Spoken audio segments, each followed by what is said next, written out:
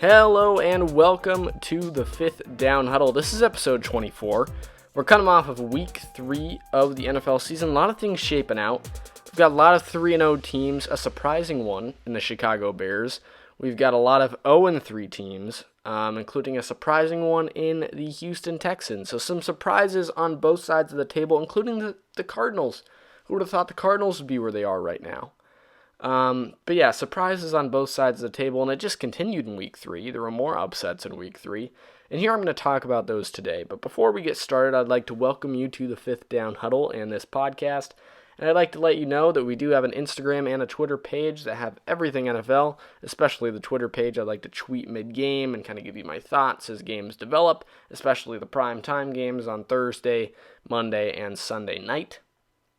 On the Instagram page, we upload whenever we upload a video onto YouTube or a podcast onto Spotify and BuzzSprout and iTunes. So check those out and check out the YouTube page for podcast, game recaps, other fantasy tips and tricks, live updates on news. If there's like a big news story, I might upload a little 4 or 5 minute video just giving you guys a quick update on what's going on and what I think about it. And check out the Spotify for full podcasts as well. So, with that said, let's huddle up. First off today, let's get right into the Week 1 recaps. We're going to start first, that being the Jags and the Dolphins. If you watched or listened to my predictions from last week, you'll know that I was dead wrong in terms of who would win, as well as which quarterback would play better overall. For the Jags, things took a turn for the worst. I figured Minshew would continue to play well after solid performances in Week 1 and 2, but it just seemed like Minshew was never able to find a rhythm with the offense on Thursday. Now, he moved the ball, but wasn't able to find the end zone through the air or on the ground. Minshew found success in terms of getting first downs, and quite honestly, the entire Jags offense did, getting 275 yards through the air and over 65 yards and 2 touchdowns on the ground. So again, the Jags offense wasn't unable to move the ball. They just were, one, unable to create turnovers defensively, which consistently put the Jags in bad field position, and 2, unable to create long, sustained drives on offense, and those two kind of correlate, as the Miami secondary played extremely well on third down. Now, the Jags punted 3 total times, while the Finns punted 4 times. The Jags gained over 340 offensive yards, while the Finns only had under 300 in total. So again, the Jags created more movement offensively, as you just saw, but the Finns found more ways to score both through defensive stops and offensive production, especially in short field scenarios. The Dolphins looked surprisingly good as well, with Fitzpatrick playing a really sound football game. Just 2 incompletions, coupled with 2 touchdowns, shows why the Finns feel comfortable letting Tua develop before he takes the field, and I love that. You know, you do not want to throw a starting quarterback, especially one picked early in the draft, right out on the butcher block. I mean, with Joe Burrow, I feel like it's a little different because Joe Burrow seems like he could very well be a kind of generational talent.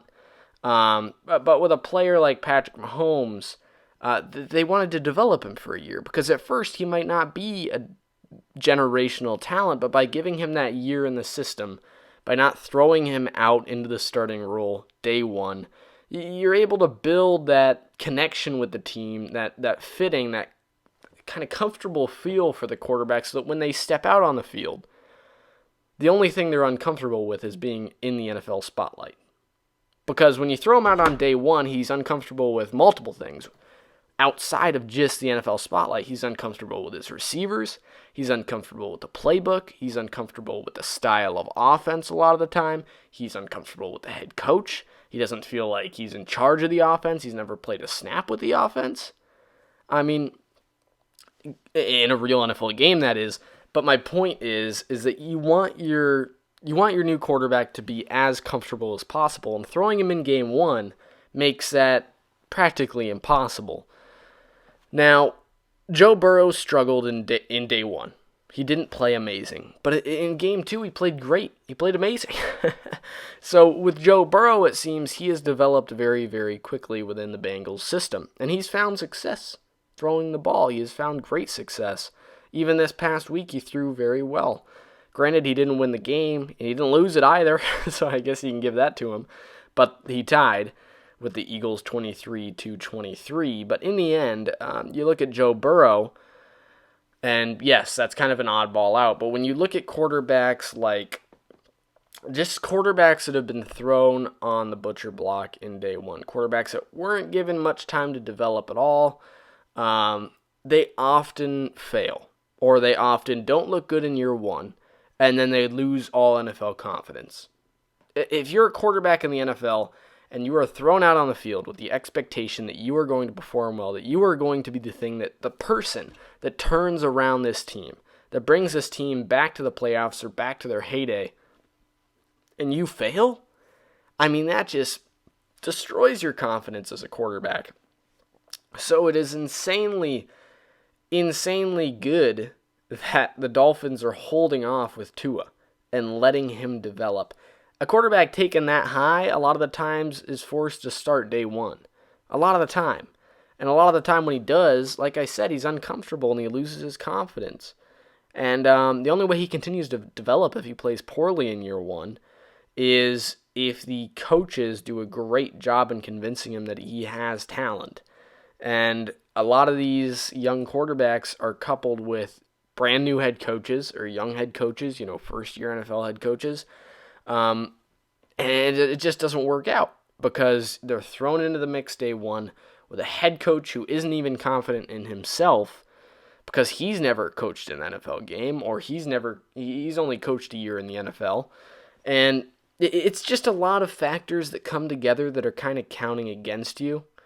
And in the end, if you want to build a franchise for the future, if you want to build a dynasty for the future, you desperately need to hold off on throwing your quarterback on the butcher block day one. You just can't do it. And especially considering how bad the teams are that these quarterbacks usually get drafted to. A team doesn't get a high draft pick if they're really good. The only way they get it is if they trade up, and oftentimes if they were really good, they wouldn't need a new quarterback. A lot of these teams, like the Bengals, like the Dolphins, like the Panthers, like the Jags, like the Jets, often have rosters that need a lot of work to be done, that need changes both offensively and defensively, and that even with a good quarterback, even with a player like Kirk Cousins, even with a player like Dak Prescott, even with a player like Gardner Minshew, would severely struggle. Because even though those quarterbacks have some NFL experience, especially Kirk Cousins, the offense isn't good enough because those quarterbacks only perform as well as the offense around them. Dak Prescott has been showing us that he might be a little underrated this year. So far, he'll have to keep it consistent, but I'll still keep him in that category. He's a franchise guy, but he's only as good as the offense around him. So if the offense has a bad day, if the offense isn't getting super open, then he's not going to have a good day either. And in year one, these quarterbacks they have a lot of talent. That's why they're drafted early. But in the end, you're looking at a player that, while he's drafted early, while he has this talent, he doesn't have that experience. So he is only going to play as well as the offense around him. He needs the offense to do good in order for him to do good. And if you don't have a good offense, if you don't have a good O-line, if you don't have a good defense, if you don't have a good head coach, that's not going to work out. Because he is going to struggle, and he's not going to feel like he's on a good team. And a lot of times the quarterbacks reflect that on themselves and say, well, what am I not doing right? So, in the end, I'm happy that the Dolphins are doing this. The Dolphins defense also surprised this past Sunday, keeping the Jags out of the end zone and winning the third down game multiple times, not to mention their consistent pressure on Minshew. They only got one interception, but they got a good amount of pressure on Minshew. The Dolphins didn't dominate this game, but they did more than enough to win and to upset the odds with a 31-13 win over the Jags. Now, next up, we've got the 49ers against the Giants. It's definitely a game that surprised me, not prediction-wise, but simply with the offensive output that the 49ers had on Sunday. Now, quite honestly, I don't think any of us expected Nick Mullins to lead the 49ers to a 36-point performance on Sunday, but hey, given the way things have gone this season, we shouldn't be surprised by surprising things anymore. I mean, Nick Mullins showed, even against the Giants defense, that the 49ers can still make a push for the playoffs, even with Jimmy G out for 4 to 6 weeks, even with some key players out right now, George Kittle. Nick Mullins, with his 340-yard, 1 touchdown, and 0 interception performance on Sunday, had a better performance in terms of offensive production than Jimmy Garoppolo has had in either of his 2 starts this year. Now, I don't mean to stir up the pot here, but if Nick Mullins keeps playing like this, you have to remember he played the Giants defense, so take it with a grain of salt. But if Nick Mullins continues to play this well, we could very well see a bit of a quarterback controversy in San Francisco. And like I said, take it with a grain of salt because they're playing the Giants defense, but still, that's a really good game for a quarterback who was not meant to be the starter against an NFL defense. I mean, that's a really solid game by Nick Mullins. Given the 49ers' upcoming schedule against the Eagles, Dolphins, and Rams, Nick Mullins could very well make a case for himself as a true NFL starting quarterback. I mean, in San Francisco, things are still alive. The 49ers are not out yet. The 49ers could very well win their next 3 matchups if Nick Mullins plays this well. And I can't say that the Dolphins or I guess I can't say that. The Dolphins' defense is better than the Giants, but not a whole ton better. The Eagles' defense is not much better than the Giants. The Rams' defense isn't a whole ton better than the Giants. So Nick Mullins could very well win these next 3 matchups and have a winning record by the time Jimmy Garoppolo returns. And just remember, this was a 49ers offense void of George Kittle or Deebo Samuel. Although, in the end, I should still say that the 49ers were, in fact, playing the Giants' defense. So, again, take all this with a grain of salt. Now, the Giants, on the other hand, continue to struggle. The Giants are 0-3 and can't seem to stop anyone offensively or even defensively. I mean, considering their 0-3 start and their upcoming matchups against the offensive strong Cowboys and Rams, they should end up with an 0-5 record by Week 5 in a race with the Jets for the bottom of the National Football League standings. Next up, we've got the Browns against the football team. I'm still not used to saying it. Football team. For me, it seemed like the game in which Haskins finally snapped. I was surprised by his sound play in Weeks 1 and 2, in which he threw 0 interceptions in both games. Granted, though, the Browns found more ways than the teams in Weeks 1 and 2 to find pressure. The Browns hauled in 3 sacks and didn't give Haskins all day to throw. What surprised me about the Washington football team, outside of Haskins' 3 interceptions, was their lack of a run game. What was surprising about this is that it wasn't that they weren't successful on the ground, but the fact that they were successful on the ground and refused to run the ball even near the amount of times they passed the ball. Antonio Gibson ran for 49 yards and a touchdown on just 9 carries, basically meaning that he was averaging over 5 yards a carry. So for me at least, it was generally confusing as to why the football team didn't run the ball with Gibson more often, considering how effective he was on the ground. And as for the Browns, things are looking up after Week 2. Mayfield, while not all too flashy, played a sound game. He threw just over 150 yards and 2 touchdowns along with 0 picks. It's clear that Baker has done a much better job up to this point in the season in terms of turnovers than last year. 2 interceptions over 3 games is solid for Baker, and he's on pace for around 13 to 14 picks on the year. I still want to see more no interceptions games because 13 to 14 picks isn't great, but this is a solid start. The Browns have a testing future ahead of them as well, facing the Cowboys, Colts, and Steelers all within the next 3 weeks. It'll be a tough road for Baker and the Browns, especially the Browns defense, but I feel like they can be favored in at least one of those games. I feel as though it's fairly unlikely that Baker will go 0-3 in these next weeks after his relatively sound play in these first bunch of games. I like the way things are looking for the Browns, and hopefully they can build off of this success against some tougher opponents coming up. Next up, we've got the Bengals against the Eagles. It's a game that once again gave me both hope for Burrow along with doubt in him as well. Now, what do I doubt exactly? Well, Joe Burrow's clutch performances. He's a great quarterback up at this point, don't get me wrong, and has impressed me overall, especially considering his back-to-back 300-yard, 0 interception performances, which make him look like an NFL veteran on the field. I mean, he's obviously not a veteran, though, and this combined with his inability to win the game on the line worries me.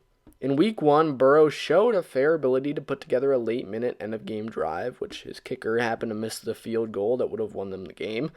And in Week 2, Burrow made a good push for a comeback against the Browns, bringing it to a 1-possession deficit late. Yet, against the Eagles, in a game where he seemed well able to move the ball, He was unable to find any real offensive success in the entirety of overtime. This led to a tie.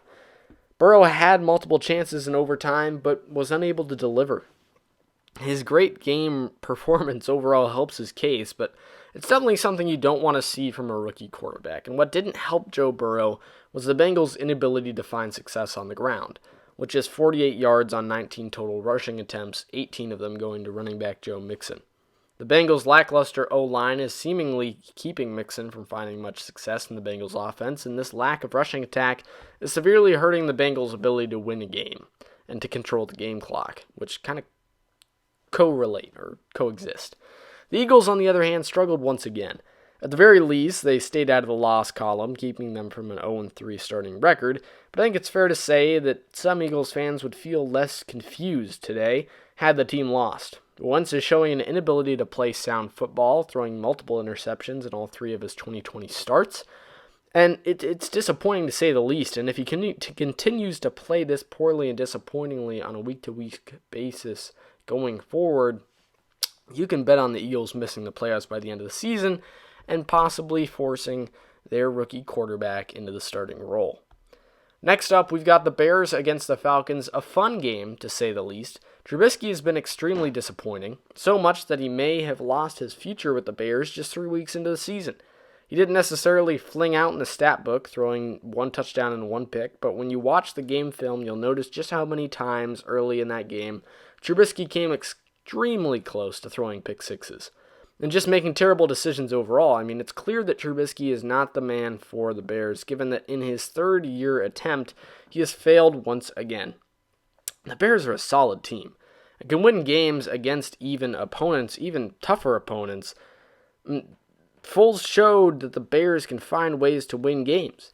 And Foles also showed that his magic that was showcased in Philly may be available to the Bears. I mean, this magic is an effect Foles has on the entire team, ranging all the way down to the defense, which held the explosive Falcons offense down while Foles fought back to win. It's clear that the team trusts Foles much more than they do Trubisky, and I think this will help the Bears team in the long run. Now, all of a sudden, the team is 3-0 and seemingly have a quarterback they can finally trust. Now, Foles is no Brady or Mahomes.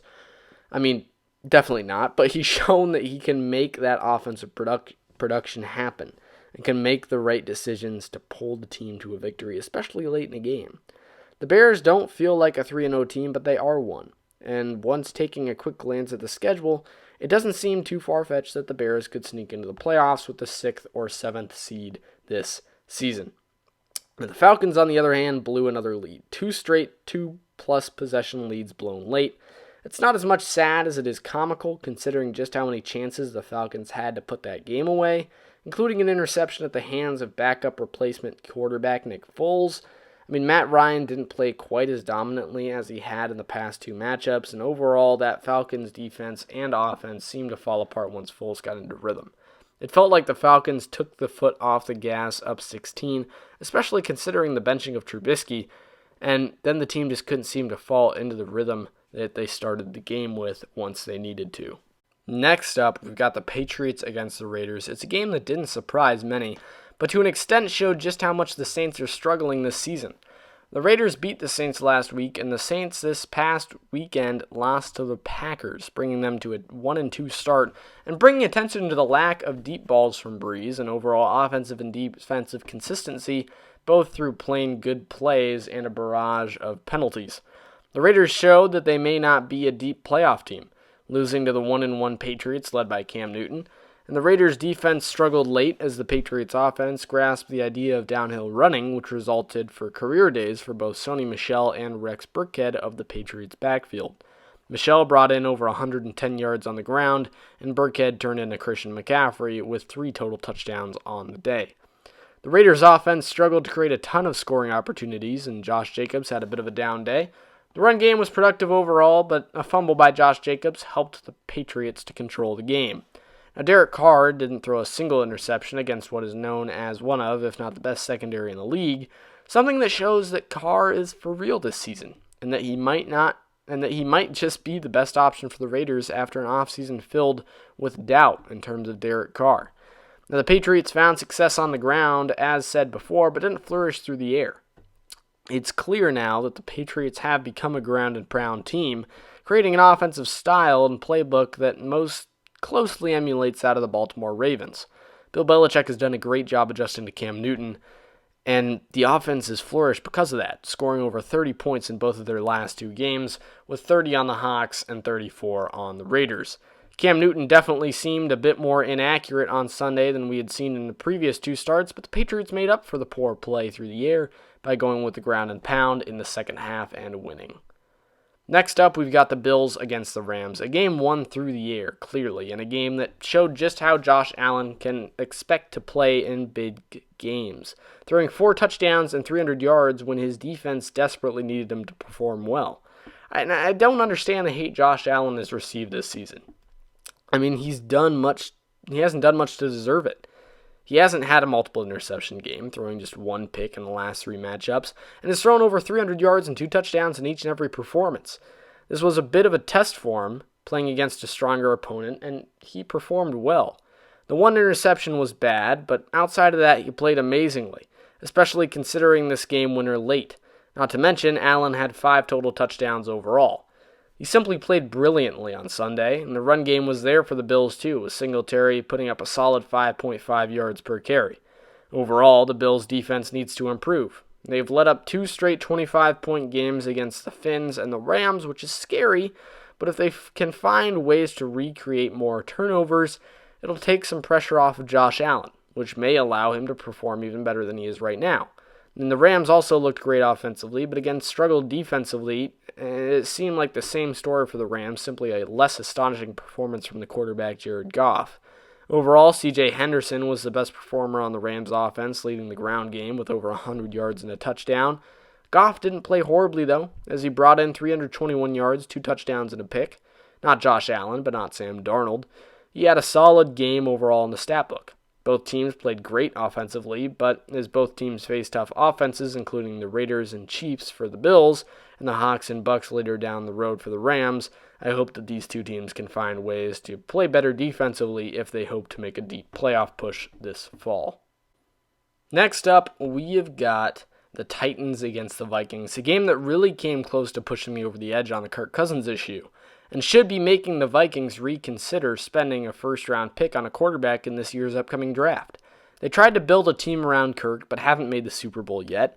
They've been to an NFC Championship, but after this year's iffy start, I'm beginning to wonder if the loss of Stephon Diggs has hurt Kirk more than we thought. I'd say that the team's future for this season, sitting at 0-3, lies in the hands of Kirk Cousins. He's thrown multiple interceptions in 2 straight games, and clearly is playing in a bit of a frantic play style, something he's not comfortable with. Whether it's the playbook or Kirk's confidence, something needs to change within the Vikings organization if they don't want to go through an entire rebuild within the next 2 to 3 seasons. Because it's coming close to abandoned ship time for Vikings fans this season. And as for the Titans, things looked promising. Last year's AFC Championship losers are likely on their way to another playoff berth after starting with a promising 3-0 record. Tannehill didn't play amazingly through the air with just 1 touchdown and 1 pick, but his 300 air yards proved that he could move the ball downfield through the air, setting up touchdowns on the ground for the Titans' backfield. Derrick Henry ran for over 100 yards and brought in 2 touchdowns, being the prime reason for the Titans' win in Week 3. The Titans' defense struggled to stop the Vikings from scoring despite bringing in 3 interceptions, which is worrisome, but the large amount of turnovers makes me confident in the Titans' ability to hold off low-level teams from putting up too many points. Next up here, we've got the Chargers against the Panthers. Herbert played a solid game with over 300 yards, a touchdown, and a pick. He played especially well considering how the Chargers head coach Anthony Lynn asked him to throw 49 times in just his second career start. Clearly, the Chargers trust Herbert throwing the ball, which helps me to trust him as well. I mean, the game was decided by a last-second play that failed, but could have succeeded easily. It involved Herbert throwing a late-game pass to Keenan Allen, about 15 yards from the end zone, and followed with Allen tossing a lateral to running back Austin Eckler, which resulted in a drop. It was in Eckler's hands, but he wasn't able to haul it in. Had he hauled it in, he had a wide-open run to the end zone to win the game down 5. Overall, though, the Chargers moved the ball well, both through the air and on the ground, with over 300 yards through the air and 100 yards on the ground. And they didn't play amazing on either end, as finding the end zone was a struggle, but they definitely create opportunities multiple times. Keenan Allen also had a monster game, hauling in 13 catches, showing a new and exciting chemistry between him and Herbert, which should create big opportunities for Allen to have a career season headed into the middle of the year. As for the Panthers, Teddy B seems to have found a rhythm within the Panthers offense. He isn't playing nearly as well as he did with the Saints and the Saints roster, but he's been playing well considering the cards he's been dealt. The Panthers are a team stuck with a roster void of Christian McCaffrey and void of a system veteran at quarterback. This will keep them from making the playoffs this season, but I also don't expect them to move on from Teddy all too quickly, given the idea that he continues to play solid for a bad roster this season. Next up here, we got the Jets against the Colts. The Jets fall to 0-3 on the season. I mean, I don't mean to be a little cocky here, but I saw this coming. Especially after the Jamal Adams trade, how he left that team in shambles. I mean, you can go back to my video on that trade and kind of the domino effect that it had. And I made that video before the season even began. And the domino effect that I felt like it would have on the team, and it has had that effect. They're 0-3. They just lost by 29 to the Indianapolis Colts. Sam Darnold threw 3 interceptions. I mean, Sam Darnold, he either isn't the man or he's not on the right team, because the Jets are just not playing well. They've got Braxton Berrios right now leading the team in receiving yards last week. Chris Hogan the week before. I mean, they've got some pretty no-namers running that offense, and they don't seem to have a consistent number one receiver. Sam Darnold didn't play well. He threw 3 picks to 1 touchdown to under 170 yards. The run game was okay, but nobody averaged more than 4 yards a carry, and the lead back averaged 3.8, which was Frank Gore, 15 carries for 57 yards. The Jets just simply aren't a good team. I mean, I remember before the season, Jets fans were calling for them to possibly make the playoffs this year, but at 0-3, I gotta say, the Jets have a shot at going 0-16 this year. They really do. I mean, unless they get a new head coach quickly, because I think there was a report that went out this week that Adam Gase is on the hot seat. And if he doesn't win this upcoming matchup, check who the Jets are playing here real quick. If he doesn't win against the Broncos, which is a game that he should win, with the roster he has, not a great roster, but a better roster right now than the Broncos have with all their injuries, he should win that game. And if he doesn't, he is going to be fired by the New York Jets. Now, take this with a grain of salt. It might not be completely true, but based on that report, Adam Gase is literally on the hot seat. I mean, he ain't up to bat. He is batting, and if he strikes out, he is gone for good, and they lose. So this is a big game for Adam Gase. He has to call the perfect plays, and Sam Darnold also has to have a good game too. So there's an incentive there for Adam Gase to create a better relation. He only has a week to do it, but to create a relationship with Sam Darnold that's healthy, because clearly they don't have a healthy relationship. If they did, Adam Gase would be doing things to help Sam Darnold, but clearly they haven't changed much, and they're just throwing the same thing out there on a week-to-week basis. It's not working. And here at 0-3 after a blowout loss to the Colts of all teams, who have a brand new quarterback, it's really a loss for the Jets this season. I really see zero possibilities as to how they could even make a push for the playoffs this year. And for the Colts, things look great, though. 36-7 win. They're positive. The Phillip Rivers experiment seems to be working out. He threw 17 for 21, 217 yards and a touchdown. Not an MVP day, but not a bad day. Played a sound game, threw just 4 incompletions. Jacoby Brissett came in and threw 4 passes for 17 yards. Jonathan Taylor had a solid day in the run game, averaging 4.5 yards, got 59 yards and a touchdown. Jordan Wilkins also chipped in, 9 carries for 39. Naeem Hines had 7 carries for 21. The ground game was there. The pass game was there. They had 3 40-yard receivers in Hines, Allie Cox, and T.Y. Hilton. Defensively, they were great. They got 3 picks. They got good pressure on Darnold with 2 sacks. It was a sound football game by the Colts, and when you play a sound football game against a very unsound and very loud, very bad team, you're going to win by a lot. And the Colts did that.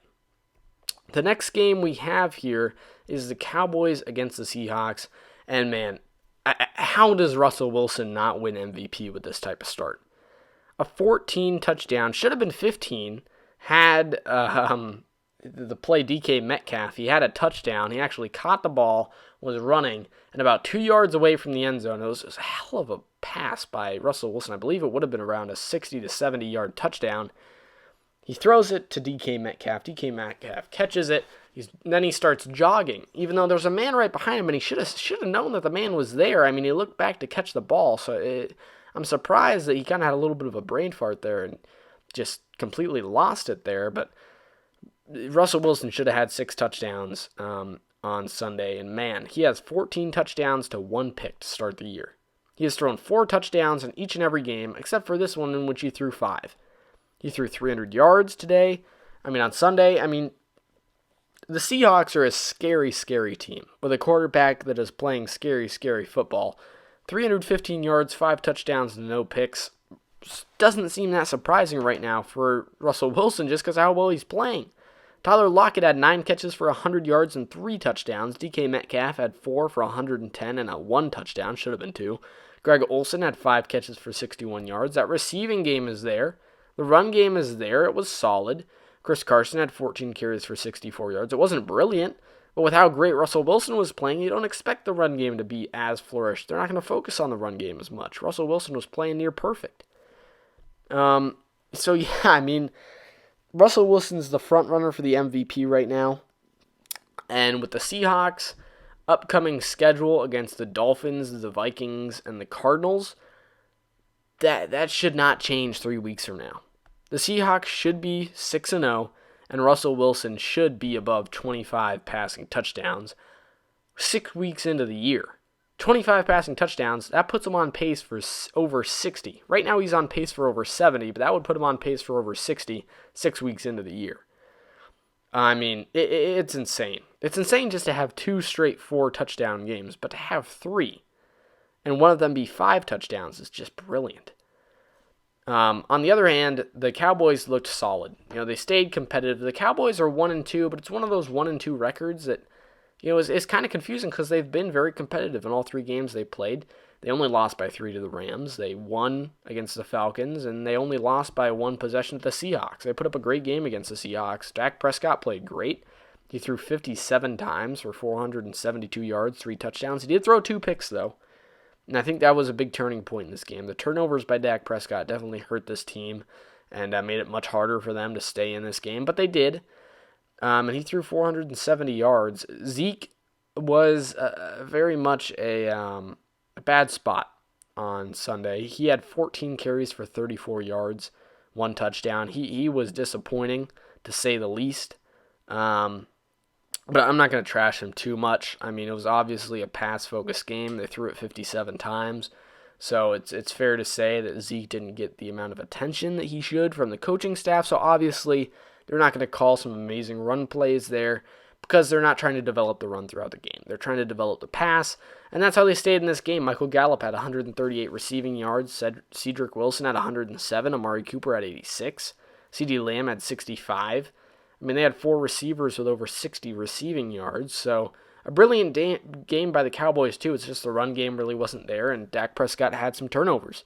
That's what hurt him. It was a lack of a run game, and the turnovers kept that mixture would have given them a solid 2 possessions or 2 scores there that would have given them the lead over the Seahawks. They could have won that game, but they didn't.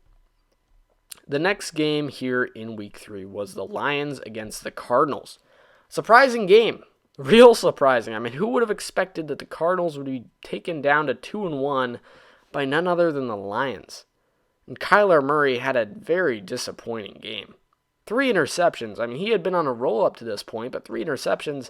Now, Kyler Murray still ran for a touchdown, so he evened out the touchdown game to the interception game. But man, that passing game was pretty ugly for the Cardinals on Sunday. Granted, DeAndre Hopkins had 10 catches for 137 yards, but he seems to be the best receiver in the NFL right now. So that's not surprising. The Lions, on the other hand, played great. Matthew Stafford had 270 yards, 2 touchdowns. Adrian Peterson had 22 carries for 75 yards. Kenny Golladay had 6 catches for 57 yards and a touchdown.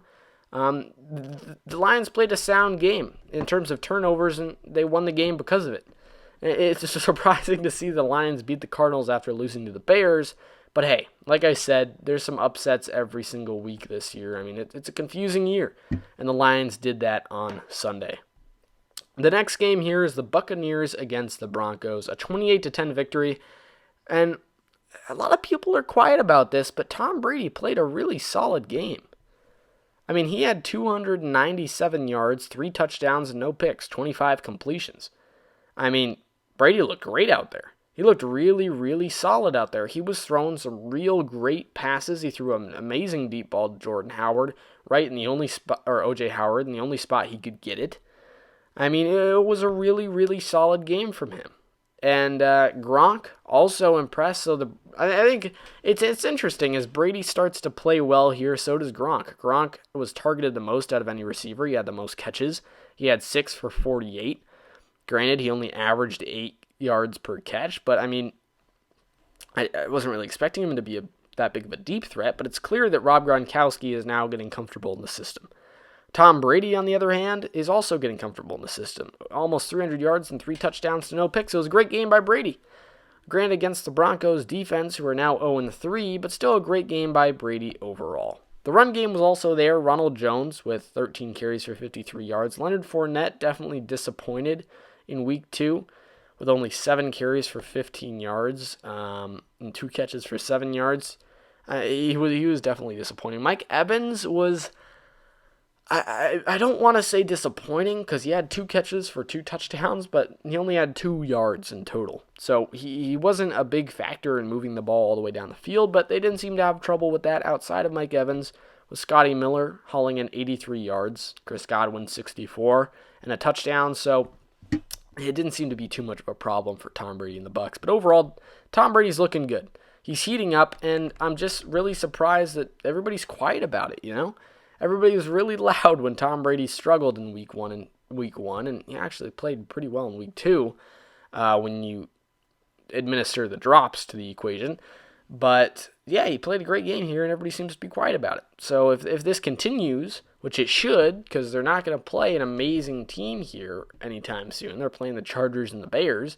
Once they play the Packers, they'll be a bit more tested. But then the Raiders, the Giants. And I mean, they should win at the very least. They should win 3 of their next 5 games. I expect them to win 4. I don't know if they're going to beat the Packers, but in 2 more weeks, again, this offense could be even more chemistry filled because right now the chemistry is finally coming together. I mean, you're talking about here in week 3, Brady's looking comfortable, Gronk is looking comfortable, the team is finding chemistry, and against the Chargers and against the Bears, they're going to play 2 teams that they should have a relatively easy time building up that chemistry even more. And a primetime game against the Bears is going to set them up well for a match against the Packers, so you never know. They could win all 3 games. It could surprise me and beat the Packers, but up to this point, I'll take the Packers in that one.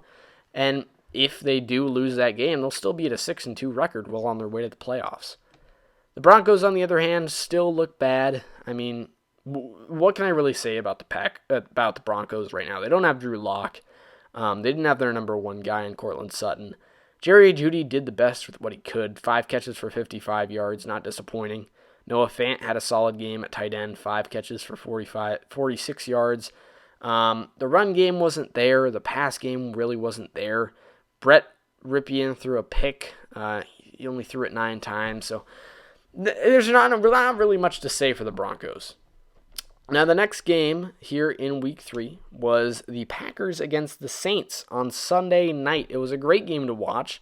I hope you didn't miss it. Aaron Rodgers threw 3 touchdowns to no picks. Aaron Rodgers has been great so far in this season. I mean, you look through his stats here. I'll pull it up here. In week 1, he threw 4 touchdowns, 364 yards, no picks. In week 2, he threw 2 touchdowns, 240 yards, no picks. In week 3, he then threw 3 touchdowns, no picks. So right now he is at 9 touchdowns, no picks, and under 1,000 yards on the year, but approaching 1,000 yards on the year, along with 9 touchdowns, no picks. You times that by 5, he's on pace for over 4,500 yards, along with 45 touchdowns. So he is on pace for an MVP level season, along with Russell Wilson, especially considering the lack of turnovers. And considering I drafted him in fantasy, along with drafting Patrick Mahomes, I'm very happy right now. Aaron Rodgers is getting me a solid 30 points every week. Patrick Mahomes just got me 50 points and won me in my 16-team league because Dion Lewis, who I expected to get more carries, only had 2 touches. So, yeah, Aaron Rodgers has been impressive. Aaron Jones was a little bit of a letdown. He only had 69 yards, but he also cashed in a touchdown, so not a complete bust. Alan Lazard, or Lazard. I heard the announcer say it a million times. I kept on thinking Lizard. But he had 6 catches for 146 yards and a touchdown. He played great, and he was a surprise. And with Jamal Adams out, them beating the Saints is a big win. Because if they can beat the Saints and put up 37 on that defense without Jamal Adams, just think about what they can do with Jamal Adams now that they're comfortable with each other up to this point in the season. The Packers looking great. The Saints, on the other hand, continue to struggle. Drew Brees played a really, really good game. It was just a lack of deep balls from Brees. I mean, he threw 29 completions for just 288 yards, which means he averaged about 10 yards per pass. He had 3 touchdowns and no picks. He played a good game. But I think it's clear that the Saints need to focus more on Alvin Kamara. I mean, they definitely focused on him in the pass game. 13 catches for 139 yards and 2 touchdowns. 13 catches. The next best was 4 catches by Emmanuel Sanders. So in the pass game, they were focused on the check down and the screen pass. But in the run game as well, they should also focus on him a bit more. I mean, he averaged 9.7 yards per carry on 6 attempts for 58 yards. Latavius Murray, 12 carries for 58 yards. Latavius Murray is a great ground and pound back, but I think on those first and a lot of times second down runs, they should trust Alvin Kamara more. On the third and short, still give it to Latavius Murray because he's pretty much guaranteed to get you 2 to 3 yards at the very least on every carry. But Alvin Kamara will get you a lot more chunk runs on those first down runs. So I think they should hand off to him more. But the Saints kind of bounced back. They didn't win, but they bounced back from a bad performance against the Raiders. And things are looking okay for them going forward. I mean, they should beat the Lions, the Chargers, the Panthers, and the Bears. So they should theoretically win their next 4 games, which would then put them at a 5-2 record, which is a solid place to be going into matchup against the Bucs, which I also think they'll lose, which puts them at 5-3. But heading into the future, the Saints are in a good spot. The last game we've got here is the Chiefs against the Ravens. Lamar Jackson didn't look good. 97 yards and touchdown, career low in the yards category. Rushing, he kind of bounced back with 83 rush yards, but still that pass game was just really slow, really bad. Mark Andrews didn't do much. He's usually their top target. He only had 3 catches for 22 yards. The Ravens just didn't look good. The Chiefs looked really good. I mean, Patrick Mahomes got me 50 fantasy points, so I'm happy about that. 385 yards, 4 touchdowns, no picks. Patrick Mahomes, 4 carries, 26 yards, and a touchdown on the ground, so 5 total touchdowns. And you know how expensive ground touchdowns are for quarterbacks. So the Chiefs look great. The ground game was also there. I also had Tyreek Hill on my fantasy team. He had 2 carries for 25 yards, 5 catches for 77 yards, and a touchdown. So in terms of fantasy, the Chiefs did me very well. Clyde Edwards-Helaire with 20 carries for 64 yards was a little disappointing on the ground, but he was very impressive through the air, 5 catches for 70 yards. Travis Kelce played solid as expected, 6 catches for 87 yards. Sammy Watkins, 7 catches for 62 yards. McCole Hardman impressed with 4 catches for 81 yards and a touchdown. The Chiefs look solid, both offensively and defensively. They got 3 sacks on Lamar, and overall, especially late in that game, the pressure was on Lamar big time. I mean, in really their last shot to win the game, they were faced with a 4th and long after Lamar got sacked twice. I mean, that O-line for the Ravens did not help Lamar at all. And it was just a disappointing Monday night game. I expected it to be really the NFL keeps trying to sell the Ravens against the Chiefs, Lamar against Patrick. They keep trying to sell it as a Tom Brady versus Peyton Manning-esque environment, but it really isn't. And Patrick Mahomes is now 3-0 against Lamar, and I don't think that's going to change anytime soon. It's clear that Patrick Mahomes is the better quarterback than Lamar Jackson. At times, it wasn't clear whether Peyton Manning was better than Brady or if Brady was better than Manning. So that's kind of what made it such a great matchup. But hereafter that, I'll end this podcast on that note. We went through all 16 games. I hope you enjoyed. It's been a good 45 minutes. Long podcast. You know how Tuesday mornings are. But thank you so much for tuning in. And remember to check out the Instagram and Twitter pages. Remember to check out the YouTube and Spotify pages. and I will see you on Thursday morning with my Week 4 game predictions.